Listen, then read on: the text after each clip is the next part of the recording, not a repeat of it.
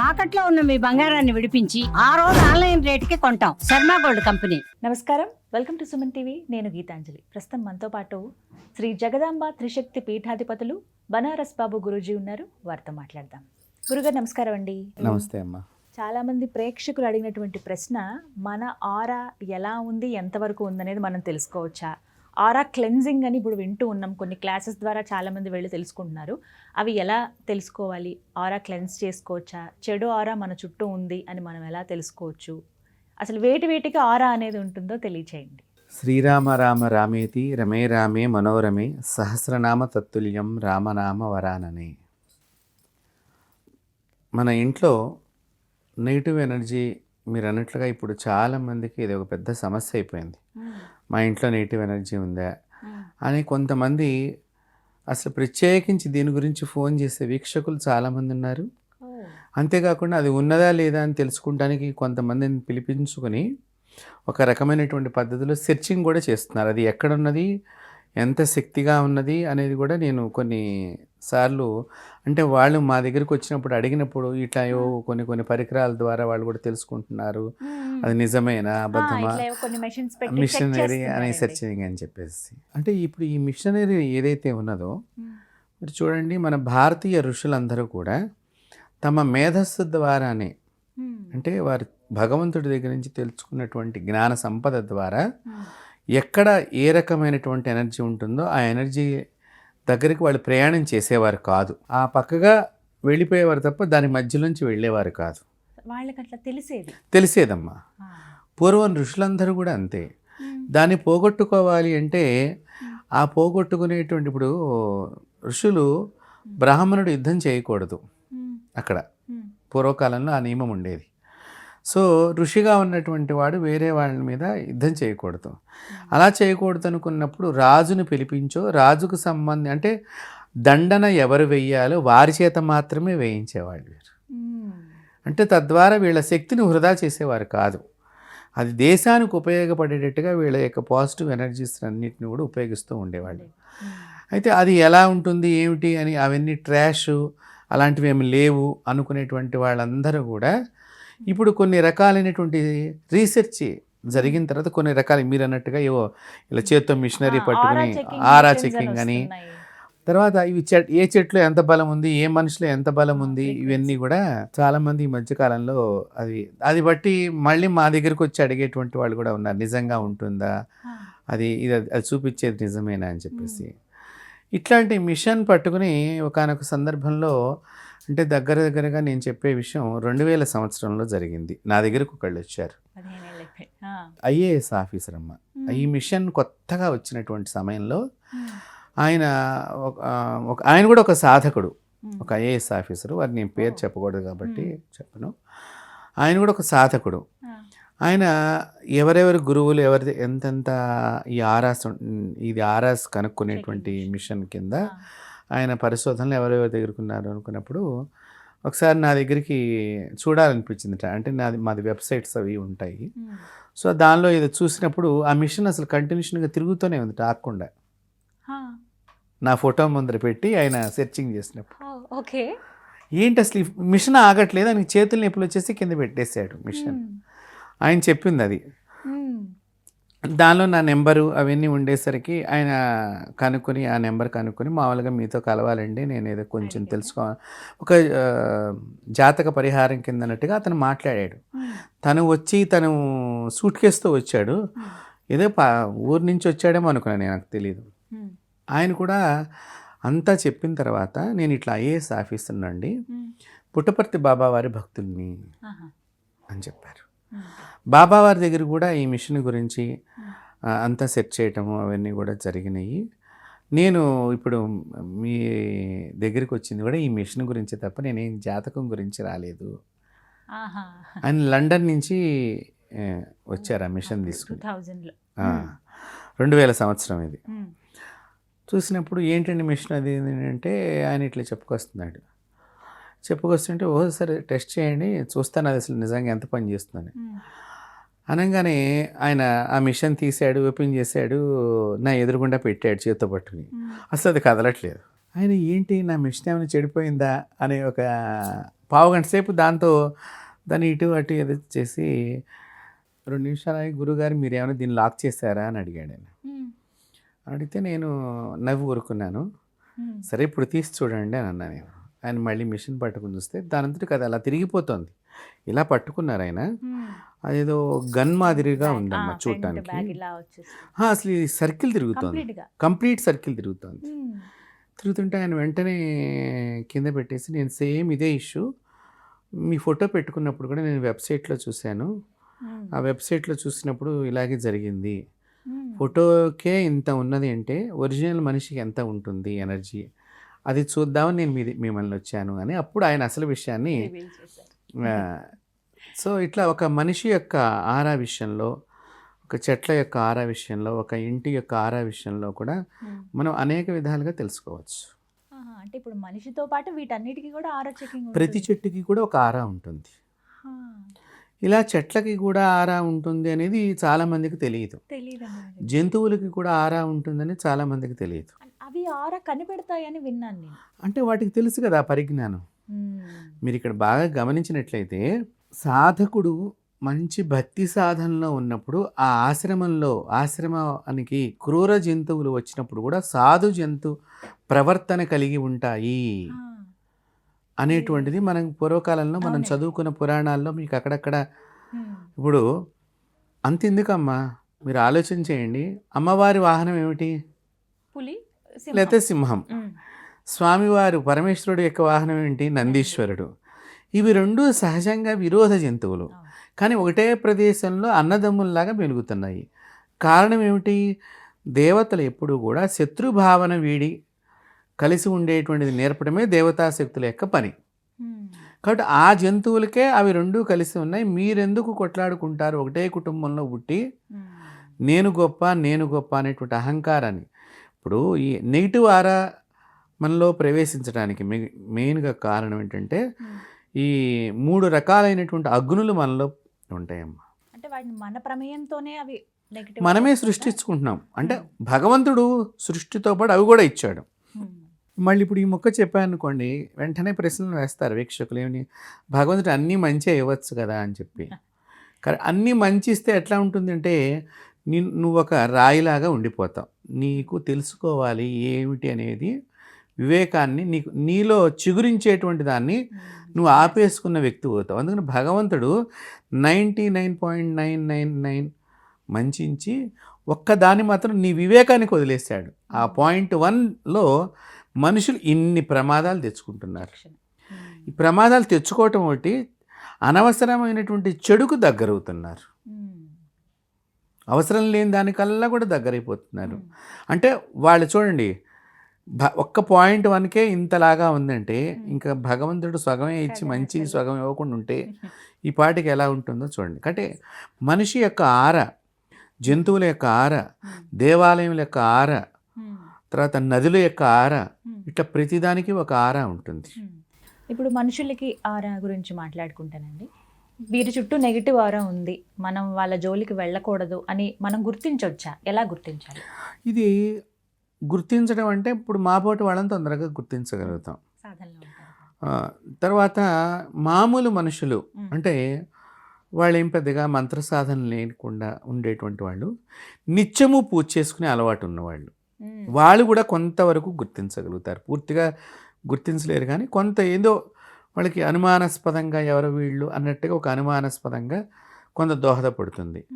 ఈ దేవతా దేవత యొక్క అనుగ్రహానికి పాత్రలు కాని వాళ్ళు ఎవరైతే ఉన్నారో వాళ్ళు అసలు దీన్ని గుర్తించలేరు. గుర్తించలేక అక్కడ జరిగేటువంటి పరిణామంలో వీళ్ళు కూడా వెళ్ళిపోయి, అంటే మనకి గంజాయి వనంలో తులసి మొక్కలాగా వీళ్ళు కూడా ఆ వనంలో ఉంటే ఆ రకంగానే మనల్ని కడతారు తప్ప మనల్ని తులసి చెట్టుగా గమనించలేరు. కాబట్టి ఇలాంటి ప్రమాదాలకి మనం లోనవుతాం అన్నమాట. సో అందుకని మనుషుల యొక్క ఆరా ఎప్పుడు కూడా, మీ ఆరాని మీరు ఎప్పుడు కూడా క్లీన్ చేసుకోవాలి. ఎలా అంటారు? ముఖ్యంగా ఈ క్లీన్ చేసుకునేటువంటి పద్ధతుల్లో చాలా రకాలు ఉన్నాయి. ఇప్పుడు మీరు ఎక్కడికో బయటికి వెళ్ళొచ్చారు, సహజంగా అందుకనే పూర్వకాలంలో ఏంటంటే ఇండిపెండెంట్ హౌసెస్లో ఇది బాగా మనకి ఉపయోగం అవుతుంది. ఈశాన్యం, ఆ స్థలంలో ఈశాన్యం మూలంగా ఒక తొట్టె, ఒక రాయి ఉండాలి, నాపరాయి లాంటిది. మొట్టమొదట అక్కడ కడిగేసుకోవాలి. ఇది ఈశాన్య మూల ఎందుకు ఉండాలి అనే దానికి కూడా ఒక రీజన్ ఉంది. అక్కడ ఈశ్వరుడు నిలబడి నీ పాపాన్ని తీసుకుంటానికి రెడీగా ఉంటాడు. బయట నుంచి నువ్వు వచ్చినటువంటి దానిలో ఏదన్నా చెడు గనక ఉంటే అక్కడే తక్షణం నీకు ఆయన కాళ్ళు కడుక్కుని అందుకని పూర్వీకులు ఎప్పుడు కూడా పల్లెటూళ్ళలో మీరు ఇప్పటికీ గమనించినా కూడా కాళ్ళు కడుక్కునే జాగా అంతా ఈశాన్య భాగంలో ఉంటుంది. అవునండి. తర్వాత ఈ నీళ్ళన్నీ కూడానమ్మా, మీరు బాగా దోషం ఉందనుకోండి, మీకు కాళ్ళు కడుక్కున్నారు కానీ మీకు బాగా దోషంతో వచ్చారు, ఈ కాళ్ళు కడిగిన నీళ్లు మన పల్లెటూళ్ళలో ఏం చేసేవారంటే ఏది వృధా కావద్దు అని, అప్పట్లో వాళ్ళకి చాలా జ్ఞానం ఉంది, ఇప్పుడు వాళ్ళకంటే కూడా చెట్లకి పంపించేవాళ్ళు. కాళ్ళు కడుక్కున్న నీళ్లు, గిన్నెలు కడిగిన నీళ్లు, ఇవన్నీ కూడా ఈ కాళ్ళు కడుక్కుంటానికి వెళ్ళిన నీళ్ళ ద్వారా ఏవైనా పువ్వుల చెట్లు ఉంటే మాడిపోయేవి. అంటే మీకు బాగా నెగిటివ్ సెన్స్ మీ ఇంట్లోకి ప్రవేశించిందని చెప్పడానికి వీళ్ళతో పాటు ఎక్కడో, అంటే వీళ్ళు ఎక్కడన్నా దాటి రావటం కానివ్వండి, నెగిటివ్కి సంబంధించింది, ఆ చెట్టు మాడిపోతుంది అనమాట. రెండో రోజు కల్లా దాని వాళ్ళకని తెలిసిపోతుంది. అంటే జీవకళలో కొంత అనారోగ్య కళ కొన్ని మనం చూస్తామండి అప్పటికప్పుడే, అంటే ముందు రోజు బాగుంటే తర్వాత రోజుకి వాడిపోయి. సో ఇవన్నీ కూడా ఈ నెగిటివ్ ఆరా ప్రవేశించిందని చెప్పడానికి చిహ్నాలు అనమాట. కాబట్టి అందుకనే ఇప్పుడు మనకి సిటీల్లో వచ్చేసేసరికి ఇండిపెండెంట్ హౌస్లు లేక చాలామంది అపార్ట్మెంట్లో ఉండేసరికి ఈ అపార్ట్మెంట్ లోపలికి వచ్చిన తర్వాత కాళ్ళు కడుక్కుంటాం అవుతుంది. సో నేను వాళ్ళకి ఏం చెప్తానంటే, ఇప్పుడు మీరు ఇంటి లోపలికి వెళ్లకుండా కూడా ఒక పని చేయొచ్చు. ఏంటి గురువుగారు? మీరు మీ ఇంటి పోర్షన్కి దగ్గరగా కానీ లేదా అపార్ట్మెంట్కి మొట్టమొదటిగా కింద కానీ మీరు, మనకి ఇది అసలు చాలా ముఖ్యమైన విషయం మీరు అడిగింది. అంటే చెప్తూ ఉంటే చాలా పెద్ద సబ్జెక్ట్ ఇది. పూర్వం ఋషులు మరచెంబుతో నీళ్లు పట్టుకెళ్ళేవాళ్ళు. ఎక్కడికి వెళ్ళినా కూడా వాళ్ళకి చెంబుతో నీరు ఉండేది. ఆ నీరు ఎప్పుడైతే ప్రమాదం ఉన్నదనుకున్నప్పుడు వాళ్ళ దగ్గరికి ప్రమాదం రాకుండా నీరుని అడ్డుగా పోసేవారు, లేకపోతే ప్రమాదాన్ని శపించడానికి నీరును ఉపయోగించేవారు. చేస్తారు, చూసాను కొన్ని వీడియోస్లో. కాబట్టి ఇప్పుడు మనం ఏం చేయాలి, మనతో పాటు ఎప్పుడు ఎక్కడ ట్రావెల్ చేసినా ఒక చిన్నపాటి వాటర్ బాటిల్ ఉండాలి, తప్పకుండా ఉండాలి. పూర్వీకులు ఉంచుకున్నారు, దానిలో గొప్ప సైన్స్ ఉన్నది. ఇదే నేను చెప్పిన పాయింట్. సో మీ అపార్ట్మెంట్ దగ్గరికి వచ్చారు ఈ వీడియో, సో మనం ఇంకా 4 మెట్లు ఎక్కితే మన ఇల్లు వస్తుంది అనుకున్నప్పుడు ఆ పక్కగా నిలబడి కుడికాలు యొక్క బొటన వేలి మీద కొద్దిగా ఒక చిన్న మూతడు నీళ్లు వేసుకోండి. అక్కడ కొంత డ్రాప్ అయిపోతుంది నెగిటివ్ సెన్స్. ఇది కాస్త సులువే. ఇంటి లోపలికి వెళ్లకుండా, అంటే మన వీక్షకులకి బాగా తెలియాలి అని చెప్పి ఇది చాలా ముఖ్యమైనటువంటిది. కుడికాలు యొక్క బొటన వేలు మీద ఒక మూతడు నీరు పోసుకున్నట్లయితే మీ నెగిటివ్ ఆరా కొంత బయటే డ్రాప్ అయిపోతుంది. అలాగే ఎడమకాలు మీద కూడా వేసుకోవచ్చు. మళ్ళీ ఒక వేలు మీద వేసుకున్నాం ఇంకో వేలు మీద అని కాదు. ఎందుకంటే మనిషి యొక్క ముఖ్యమైన స్థానం ఆ బొటన వేలు దగ్గర ఉంటుంది కాబట్టి ప్రాణానికి సంబంధించింది శక్తి ఆ యొక్క వేలు ద్వారానే ప్రమాదాలన్నీ కూడా సంభవిస్తాయి.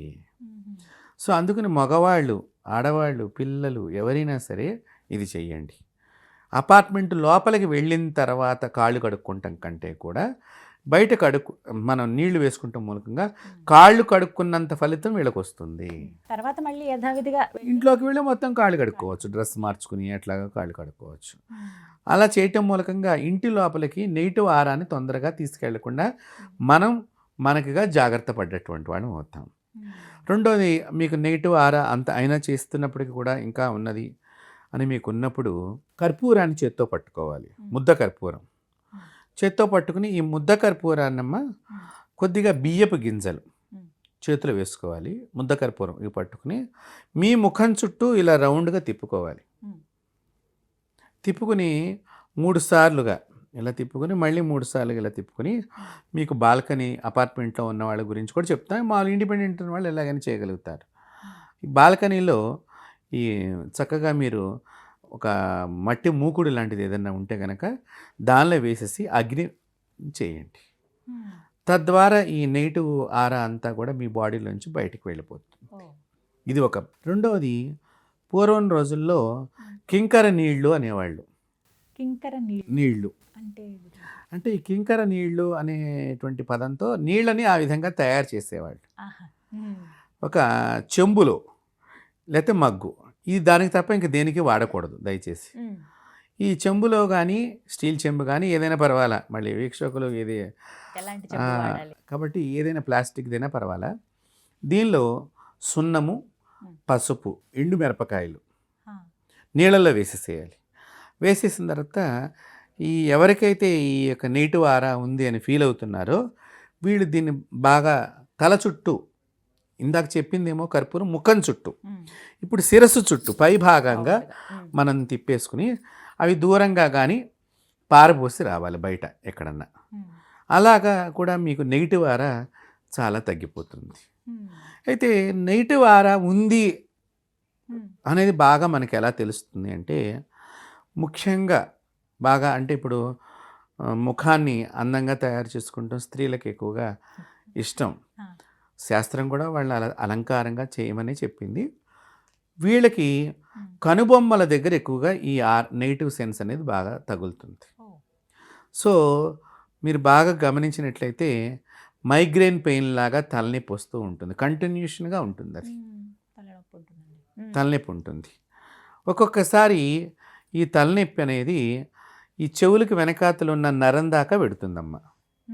సో నెగిటివ్ ఆరా అవతల వాళ్ళ దగ్గర నుంచి మనకి ట్రాన్స్ఫర్ అయ్యింది అని చెప్పడానికి ఇది ఒకటి బాగా చిహ్నం, సంకేతం.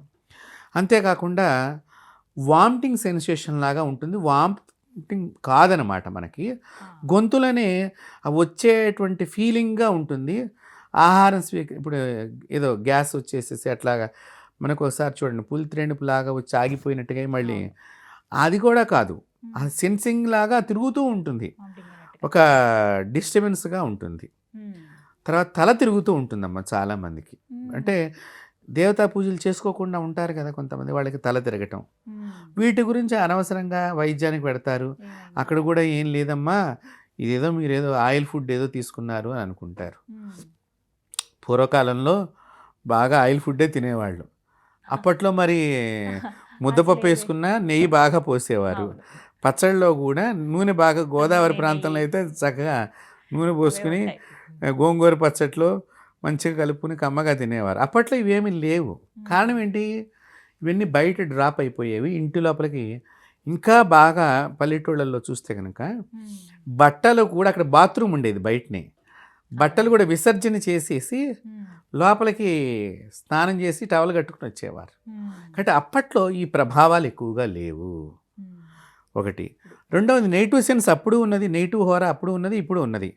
అయితే ఈ చేసేటువంటి వాళ్ళు, నెగిటివ్ పనులు చేసేవాళ్ళు కానివ్వండి, ఈ నెగిటివ్ పూజలు చేసేటువంటి అంటే చేతబడి, బాణామతి, ఇవన్నీ చెడ్డ పూజల కింద మనం ఫీల్ అవుతాం కదా, వీళ్ళందరూ కానివ్వండి, ఊరికి దూరంగా ఉండేవాళ్ళు, ఎక్కడో ఒక మనం 2-3 జిల్లాల అవతల ఎవరో ఒకళ్ళు ఉన్నారన్నట్టుగా వినేవాళ్ళం. కానీ ఇప్పుడు అలా కాకుండా వాళ్ళు కూడా మనతో పాటు ఇప్పుడు సిటీస్లో కానివ్వండి ఎక్కడైనా ట్రావెల్ చేస్తున్నారు. చాలామందికి తెలియదు వీళ్ళు ఇలాంటి వాళ్ళు అలాంటి వాళ్ళ అని తెలియదు. ఇంకొకటి ఏమవుతుందంటే, ఈ చెప్పేవాళ్ళు కూడా కొన్ని దృష్టి తీసేసేటువంటి మార్గాల్ని చౌరాస్తాలో వేయండి, 4 కూడల్లో వేయండి, ఇలాంటివి చెప్తున్నారు. చెప్పినప్పుడు ఏమవుతుంది, ఇది దాటినప్పుడు కూడా ఈ నెగిటివ్ హోరా మనకి పట్టుకుంటుంది. దీని ద్వారా కూడా మనం అనేక ప్రమాదాలు సంభవిస్తూ ఉంటాయి. కాబట్టి ముఖ్యంగా ఈ నెగిటివ్ మన శరీరానికి, మన ఆరాకి నెగిటివ్ ఆరా రాకుండా ఉండాల్సిందంటే మెయిన్గా మంత్ర సాధకులైతే కనుక ప్రతిరోజు కూడా రాళ్ల ఉప్పు, దాన్ని కల్లు ఉప్పు అని అంటాం పల్లెటూళ్ళల్లో, ఈ రాళ్ల ఉప్పుతో దృష్టి తీసేసుకుని చెంబులో పడేస్తూ ఉంటారనమాట. మంత్రజపం అయిపోయిన తర్వాత ఒకసారి, మంత్రజప ప్రారంభానికి ముందర ఒకసారి ఇట్లా కనుక చేసుకున్నట్లయితే కనుక వీళ్ళకి చాలా దోషాలు తొలగిపోయి దేవతాశక్తి ఎక్కువ కాలం ఉండటానికి వీళ్ళ దగ్గర ఇప్పుడు తీసేసిన ఉప్పుని పడేసేయాలి, పాడేయటమేనా ఏ రోజుకి ఆ రోజు, ప్రతిరోజు కూడా. తద్వారా ఆరా లోపల చెడు ప్రవేశించకుండా ఉంటుంది, మీ ఆరా మీకు జాగ్రత్తగా ఉంటుంది. ఇంకా చెప్పాలి అంటే కనుక మీరు ఆరాధన చేసేటువంటి దేవత ఏదైతే ఉంటుందో అది శివుడే అనుకోండి, ఆయనకి భస్మంతో ఆరాధన చేస్తే ఆ భస్మాన్ని తప్పకుండా ఒక ప్యాకెట్ మీరు ఇక్కడ పెట్టుకుంటారు. ఇది రాలిపోవచ్చు, లేకపోతే మొహం కడిగేసుకోవచ్చు. అయ్యో మీరు ప్యాక్ చేసుకుని కనుక మీ జేబులో పెట్టుకుంటే మిమ్మల్ని నెగిటివ్ ఆరా టచ్ చేయదు. ఇలా కూడా ఉంటుంది. ఎందుకంటే దీన్ని ప్యాక్ చేయటం మూలకంగా దీనికి మైలు దోషం రాకుండా మనం జాగ్రత్త పడుతున్నట్లు లెక్క. సో మీ దగ్గర ఒక జేబు లోపల శక్తి ఉన్నది అనేటువంటి ద్వారా ఆ నెగిటివ్ దాని మీద ఆరా మీద ఇది ఫోర్స్ చేస్తూ ఉంటుంది రానివ్వకుండా. సో అలా కూడా కుంకుమ కానివ్వండి, పూజ చేసిన కుంకుమ కానివ్వండి, పూజ చేసిన విభూతి కానివ్వండి, ఇవి చాలా ఉపయోగపడతాయి. అంతేకాకుండా ఈ నెగిటివ్ ఆరా మీ దగ్గరికి రాకూడదు అనుకున్నప్పుడు ఏదైనా మీ దొడ్లో తులసి చెట్టు ఎండిపోయింది, లేదా మారేడు చెట్టు ఎండిపోయింది, అప్పుడు దానికి కొంచెం కాడని తుంచి వేసేసి ఆకులు తీసేసేసి మధ్యలో కొంచెం బలమైనటువంటి దాని కాండాన్ని, ఎండిపోయిన కాండాన్ని తీసుకుని చక్కగా శుద్ధి చేసి పసుపు రాసి బొట్టు పెట్టి దాన్ని మీరు పూజించాలి. ముందర మీకు ఏ దేవత ఇష్టమో ఆ దేవతతో పూజించాలి. ఆ కాడని మీరు జేబులో పెట్టుకున్నట్లయితే ప్యాక్ చేసి నెగిటివ్ ఆరని ఆ కాడ కూడా రిజెక్ట్ చేస్తుంది మీ దగ్గరికి రానివ్వకుండా. సో మారేడు చెట్టుకి తులసి చెట్టుకి ఇంతటి శక్తి ఉన్నది. అసలు తులసి చెట్టు ఎందుకు వడలిపోతుందండి? అలా పూర్తిగా మాడిపోవడానికి కారణం ఇంట్లో నెగిటివ్ ఎనర్జీ ఉంటే అలా మాడిపోతుంది. అవునమ్మా, నెగిటివ్ ఎనర్జీ ఉన్నా మాడిపోతుంది. ఇంట్లో చావు ప్రవేశించి చెప్పడానికి కూడా తులసి చెట్టు ఇది జరుగుతుంది. కాబట్టి ఆరా అనేటువంటి దానిలో మీరు ముఖ్యంగా చాలా జాగ్రత్తగా ఉండాలి. మీ ఆరా అసలు ఎంత ఉన్నది, మీ ఆరా ఎంత దూరం పెరిగి ఉన్నది, మీ ఆరాలోకి ఎవరైనా ప్రవేశించారా, వేరే వాళ్ళ ఆరా ప్రవేశించిందా, ప్రవేశించినప్పుడు తెలిసిపోతుంది. అది మామూలు వారికి చెబితే అంతగా తెలియదు. అది సాధన చేసేవారికి తొందరగా తెలుస్తుంది. అది వాళ్ళు మనకు పండిచ్చిన దక్షిణ పెట్టిన దాని యొక్క ప్రభావం మనకి వెంటనే ఫ్రాక్షన్ ఆఫ్ సెకండ్స్లో తెలిసిపోతుంది. ఫ్రాక్షన్ ఆఫ్ సెకండ్సే అది తెలిసిపోతుంది. వాళ్ళు నెగిటివ్ ఆరాతో ఇచ్చారు అని చెప్పేసి ఇచ్చారని చెప్పి. ఇప్పుడు చెట్లకు కూడా ఆరా ఉంటుందని నేను ఇందాక చెప్పాను. ఈ చెట్లకు ఆరా, బుద్ధుడికి జ్ఞానం ఎందుకు వచ్చింది? ఆ చెట్టుకు అంత గొప్ప శక్తి ఉండటం చేత, ఆ చెట్టు దగ్గర ఈయన తపస్సు చేసుకోవటం చేత ఈయన ఆరా కూడా ఎక్కువగా పెరిగింది. కాబట్టి చెట్లకి ఆ విధంగా కూడా ఆరా ఉంటుంది. అందుకనే మాకు వేదాల్లో కానీ పురాణాల్లో కానివ్వండి మీకు కొన్ని చెట్లని దేవతా వృక్షాల కింద చెప్పారు. దానిలో మారేడు చెట్టు, తులసి చెట్టు, మర్రి చెట్టు, నేరేడు చెట్టు, అలాగే రావి చెట్టు, అలాగే జమ్మి చెట్టు, వేప చెట్టు, ఇలాంటివి కొన్ని వృక్షాలు చెప్పారు. వేప గాలి ఎంత మంచిదో రాత్రిపూట దాని దగ్గర పడుకుంటే నెగిటివ్ ఆరా వచ్చేస్తుంది. పడుకోకూడదు. తుమ్మ చెట్టుకి దగ్గర, ముళ్ళ చెట్ల దగ్గర మనం నిద్రించకూడదు. అవి నెగిటివ్ ఆరాని కలిగి ఉంటాయి. వేప చెట్లు కూడా, పెద్ద పెద్ద వేప చెట్ల దగ్గర కూడా మనం రాత్రిళ్ళు ఉండకూడదు. వాటి మీద భూత ప్రేతాలకు సంబంధించినటువంటివి కూర్చుంటానికి ఆవాసం ఉంటుంది రాత్రిపూట మీకు. అందుకని ఆ చెట్ల దగ్గర పడుకో. అదే మీరు మర్రి చెట్టు దగ్గర ఉండవచ్చు, రావి చెట్టు దగ్గర ఉండవచ్చు. రావి చెట్టు దగ్గర కూర్చుని మీరు చక్కగా రాత్రిపూట కూడా జపం చేసుకోవచ్చు. అప్పుడు మీలో పాజిటివ్ ఆరా పెరుగుతుంది, మీ జపం డెవలప్మెంట్ చేస్తుంది రావి చెట్టు. అయితే ఇవి ఎక్కువ సంవత్సరాలు అయినటువంటి చెట్లు అయి ఉండాలి. కొన్ని వందల సంవత్సరాల నుంచి ఈ చెట్టుకు వయసును బట్టి ఆ ఆరా మనలో కూడా డెవలప్మెంట్ అవుతుంది. ఇప్పుడు 1 సంవత్సరంలో నేను పెట్టేశాను, ఇప్పుడు ఏదో కొత్తగా చిన్న చిన్న చెట్లలాగా ఉండిపోతున్నాయి కదా, బోన్సాయి లాగా అవి పెట్టుకున్నాను, ఇవి కాదు. అవి బోన్సాయి అనేటువంటి వృక్షం ఏమైందంటేనమ్మా ఎదగదు, అంతే ఉంటుంది. దాని పెరగదు, ఇలానూ పెరగదు, ఇలానూ ఎదగదు. సో ఎదగాలని చెట్టు మనల్ని ఏం ఎదిగిస్తుంది? కాబట్టి అంతే కదా. కాబట్టి మన పూర్వీకులు ఏదైనా వృక్షం పెడితే అది మానవ్వాలి అనేవారు. అంటే బాగా బలంగా తయారవ్వాలి అంటే ఏంటి, అంతటి ఎనర్జీ నీలో కూడా నాటాలి అనే ఉద్దేశాన్ని చెట్టుతో మనకు చెప్తూ ఉండేవారు ఇప్పుడు కూడా. సో రావి చెట్టు, అశ్వత్థ వృక్షము విశేషము. దీనిలో 3 దేవతలు ఉంటారు. మీరు ఆ చెట్టు కింద కూర్చొని రాత్రిపూట కూర్చున్నా కూడా చక్కగా దేవతాశక్తి వస్తుంది. అక్కడికి జంతువులు కూడా వచ్చినప్పుడు సాధు ప్రవర్తనతో కలిగి ఉంటాయి. కాబట్టి ఆరాలో రావి చెట్టు చాలా విశేషప్రదమైంది. మారేడు చెట్టు, దాన్ని మనం బిల్వ వృక్షం అంటాము. అలాగే తులసి చెట్లు, ఇవి మానవులకు దగ్గరగా ఉండేటువంటివి. దీన్ని ఉపయోగించుకుంటే మన ఇంట్లో పాజిటివ్ ఆరా డెవలప్మెంట్ అవుతుంది. ఇన్ని రకాలుగా ప్రతి దానికి ఉంటుందని ఉంటుంది. చెప్పారు. అవి తెలుసుకోవాలి. అవును, ఏదైనా మనం దైవానికి దగ్గరగా ఉంటే వాటన్నింటినీ దూరం చేసుకునే అవకాశం ఉంటుంది. అవునవును. ఇప్పుడు జంతువులకు కూడా ఆరా, ఇప్పుడు మనం మనుషుల గురించి అయిపోయింది, ఇంకా అదే అడగ. జంతువులకు ఆరా. ఈ జంతువులు ముఖ్యంగా మన పూర్వీకులు ఏం చెప్పారంటే, ప్రతి జంతువు కూడా ప్రమాదాన్ని పసిగడుతుంది. ప్రతి జంతువు కూడా, ప్రతిదీ పక్షి అంటే నేను జంతువుల్లో ఈ పక్షులన్నీ కలిపేస్తున్నా నేను. ఆ యానిమల్స్ అనేటువంటి గ్రూప్గా వీటిని నేను మాట్లాడుతాను. ఒక కాకి అరిస్తే 100 కాకులు వస్తాయి. ఎక్కడెక్కడి నుంచి వస్తాయో తెలియదు. చూడండి, ఈ కాకి సైన్ ఎంత బాగా వెళ్తుందో చూడండి. అది ఆరా వెళ్ళటం అంటే. తన యొక్క బాధని బాధరూపకంగా అది ప్రసారం చేసినప్పుడు, తన యొక్క ఆనందాన్ని ప్రసారం చేసినప్పుడు ఎలా వెళ్తోంది, అదే మన యొక్క డెవలప్మెంట్ అన్నమాట. కాబట్టి అలాగా కాకులు పసిగడతాయి. ముఖ్యంగానమ్మా కుక్కలు పసిగడతాయి. అలాగే ఎలకలు బాగా పసిగడతాయి. ఈ సృష్టిలో ఏదైనా భూకంపం వస్తోంది అంటే ఎలకే తొందరగా పసిగట్టేటువంటిది.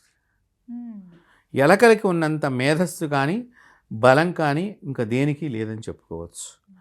సహజంగా వినాయకుడి వాహనం ఎలుక. కొంతమంది ఏంటంటే ఇంత ఎలక మీద ఆయన అంత పెద్ద గణపతి ఎలా కూర్చుంటాడు, అది చచ్చిపోయి ఉంటుంది కదా, రకరకాల ఈ నాస్తికమైనటువంటి వాదులు మాట్లాడేవాళ్ళు కానివ్వండి, లేకపోతే మందేళ్ళలో కూడా కొంతమంది శివకేశవుల్ని భేదం చేసేవాళ్ళు కూడా ఉంటారు. దీన్ని కూడా మాట్లాడుతూ ఉంటారు. ఎలక భూమి లోపల ఎక్కడెక్కడ ధ్వనులన్నిటినీ కూడా చాలా తొందరగా పసిగట్టగలదు. నీళ్ళల్లోంచి వచ్చే ధ్వనులను కూడా తొందరగా పసిగట్టగలదు. అలాగే కొండ మధ్యలో జరిగేటువంటి ధ్వనిని కూడా తొందరగా పసిగట్టగలిగిన జీవుల్లో ఎలక ప్రధానమైనటువంటిది. మీకు దీనికి ఉదాహరణ చెప్తున్నాను. సునామీలు వచ్చినప్పుడు ఎలకలు బాగా పరిగెత్తాయి అని చెప్పి శాస్త్రవేత్తలు ఏవో చెప్పారు. ఇవి భూకంపాలు వచ్చినప్పుడు పరిగెడతాయి. సునామీలు లాంటి పెద్ద పెద్ద సముద్రం నుంచి అలలు ఉప్పొంగినప్పుడు పసిగడతాయి. తర్వాత అగ్నిపర్వతాలు పేలేటప్పుడు కూడా వాటికి తెలుస్తాయి. అది కొండల మధ్యలో జరిగేటువంటి సౌండ్స్ కాబట్టి అలాంటివన్నిటిని కూడా ఎలక పసిగడుతుంది. అందుకని ఎలక చిన్న హోల్లో ఉన్నా కూడా దాని ఫ్రాక్షన్ ఆఫ్ సెకండ్స్లో అది బయటికి ఎలా వస్తుందో తెలియదు, ఎట్లా వెళ్తుందో కూడా తెలియదు. అందుకు అంత గొప్ప జీవాలు మనకున్నాయి. అలాగే ముఖ్యంగా పులి, ఏనుగు, జింకలు ఇవన్నీ కూడా నెగిటివ్ ఆరాన్ని తొందరగా పసిగట్టగలుగుతాయి.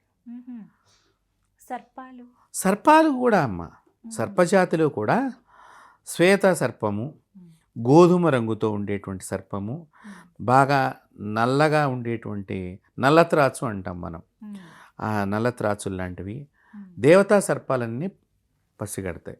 సర్పాలన్నీ కూడా దేవతా సర్పాలు కాదు, కొన్ని మాత్రమే దేవతా సర్పాలు, అవి పసిగడతాయి బాగా. అలికిడి ద్వారా అవి కూడా పసిగడతాయి. సర్పానికి అలికిడి ద్వారా. ఇంకొక విశేషప్రదంగా ఏంటంటే ఇవన్నీ తెలుసుకుని వాటి ప్రాణరక్షణకి వాటి ప్రమాదాల నుంచి కాపాడుకుంటానికి భగవంతుడు ఎంత విధిగా వాటికి ఇచ్చాడో ఆ శక్తిని మనిషికి కూడా అంతే విధిగా ఇచ్చాడు. ఈ ఇచ్చిన దాన్ని వాడు సద్వినియోగం చేసుకోక వేరే ఇప్పుడు ఏంటంటే ఎంజాయ్మెంటు అంటే శరీరాన్ని ఎంతసేపు సుఖం వైపే నడిపించాలి అనేటువంటి ప్రయాణంలో తనకున్న మేధస్సుని కోల్పోతున్నాడు. మెయిన్గా భగవంతుడు ఇచ్చి దాన్ని కోల్పోయి అక్కడ ఏం జరుగుతుందో తెలియదు. కాపాడండి అని అరుస్తున్నాడు.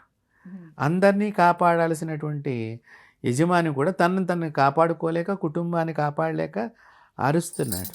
ప్రమాదాన్ని పసిగట్టలేక ముందుగానే ప్రమాదాలకు దూరంగా ఉండాలి. అది పూర్వీకులు పసిగట్టేవాళ్ళు.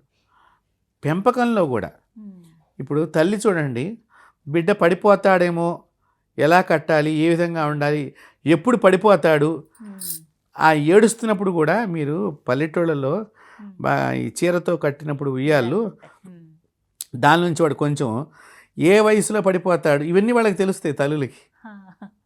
అప్పుడు వాడి ఏడుపు సౌండ్ మారినప్పుడే వాళ్ళు తొందరగా దగ్గరకు వస్తారు. అప్పటిదాకా కొంచెం పని చేసుకుంటూ అయిపోతుంది వస్తున్నా నాన్న అంటూ వీళ్ళు ఇక్కడ ఏదో పిండి వంటలు చేస్తున్నా అట్లా ఉండేవి. కరెక్ట్. అంటే అంతలాగా స్త్రీలకు కూడా ఉన్నదమ్మా. అవతల సౌండ్స్ని బట్టి ప్రమాదమా కాదా అని తెలుసుకునే శక్తి స్త్రీలకు కూడా ఉన్నది పురుషుడితో పాటు.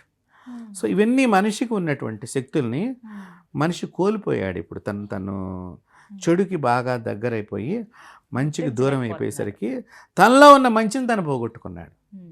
యాక్చువల్గా మనుషులందరూ మంచివాళ్ళే.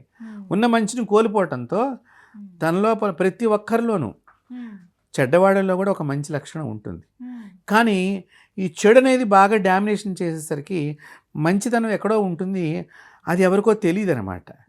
ఆ తెలుసుకుని వాడికి ఉరే నీలో ఈ మంచి లక్షణం ఉంది, ఇది డెవలప్మెంట్ చేసుకో, నువ్వు గొప్పవాడు అని చెప్పినప్పుడు ఈ చండాలుడైనటువంటి జీవితాన్ని నుంచి మంచి జీవితానికి వాడే వస్తాడు. అంటే ఈ ఆరాల్లో ఇంత రకాలుగా ఉంది. క్లీన్ చేసుకోవాలో కూడా చెప్పారు మీరు. ముఖ్యంగా ఈ ఆరా క్లీనింగ్ చేసుకునేటువంటి వాళ్ళు నోట్లో కల్లుప్పు వేసిన నీళ్లు తాగిసి గార్లిక్ అంటే పుక్కిలించటం అంటాం మనం తెలుగులో. పుక్కిలించి ఉమ్మేస్తే కూడా నెగిటివ్ ఆరా పోతుంది మన దగ్గర నుంచి. పద్ధతి ఎందుకంటేనమ్మా, పూర్వీకులు బాగా నోట్లో మనకి ఈ గొంతు దగ్గర నొసలాగా వచ్చి కొంచెం మండినట్టుగా ఉండటము, వాళ్ళు ఏమనేవాళ్ళంటే నువ్వు ఎక్కడో ఉమ్మేసావురా, అందువల్ల నీకు అట్లా గొంతులో ఇదే జలుబు కాదు, అది ఒక రకమైనటువంటి గొంతు నొప్పిగా ఉండటము, మాటలు కూడా ఒక్కొక్కసారి మనం మింగటం కష్టంగా ఉండటము, గొంతు పట్టేసినట్టుగా ఉండటము, వీటన్నిటికీ కూడా నెగిటివ్ ఆరానే చిహ్నం. బాత్రూమ్ దగ్గర ఉమ్మేసినా కూడా నెగిటివ్ ఆరా వస్తుంది. సహజంగా ఈ మగవాళ్ళు ఎక్కువగా చేస్తూ ఉంటారు. మూత్ర విసర్జన చేసినప్పుడు ఉమ్మేయటం కానివ్వండి, టాయిలెట్స్ దగ్గర కానివ్వండి, దీని ద్వారా కూడా నెగిటివ్ ఆరా వస్తుంది. విసర్జనము అంటే ఏంటి? వదిలివేసిన చోట. అంటే నీ బాడీలో మలినాల్ని వదిలివేసిన చోట నువ్వు వెమ్మేస్తున్నావు. అప్పుడు ఏమైంది, మళ్ళీ నీ నోటి ద్వారా అది ట్రావెల్ అవుతుంది. సో అందుకని అక్కడ ఉమ్మేయకూడదు. సో అందుకని ఇట్లాంటివి చాలా కూడా అశుద్ధం మీద ఉమ్మేస్తే కూడా నోట్ లోపల ఈ గొంతంతా పట్టేసినట్టుగా ముద్దగా మాట్లాడలేకపోవటం, నొప్పిగా ఉండటం, ఒక రకమైన నొసలాగా ఉండి చెప్పుకోలేరు వాళ్ళు కూడా. సో నెగిటివ్ ఆరా అనేది అట్లా టచ్ అవుతూ ఉంటుంది. సో దీనికి ప్రక్రియ ఈ కళ్ళు ఉప్పు వేసుకుని గార్లిక్ చేయాలి. వేడి నీళ్ళు అయితే ఇంకా మంచిది. ఈ కళ్ళు ఉప్పు వేసుకుని గార్లిక్ చేసేసి అది ఒక్కసారి మొత్తం మళ్ళీ కొంచెం కొంచెం ఉమ్మేయకూడదు, ఒకసారి యాక్తూ అన్నట్టుగా ఆ సీన్ అట్లా చేయాలని చెప్పింది. అంటే నాలో ఉన్నది బయటికి పోవాలి అన్నట్టుగా ఆ భావంతో వీళ్ళు ఉమ్మేసేయాలి. ఉమ్మేస్తే అది జరుగుతుంది కూడా. కాబట్టి ఆరాని మనం కాపాడుకుంటంలో ఇన్ని రకాలైనటువంటి చాలా చక్కగా తెలియజేశారు. అందరూ పాటించాలి ఇవి. అవును. ధన్యవాదాలండి. నమస్తే.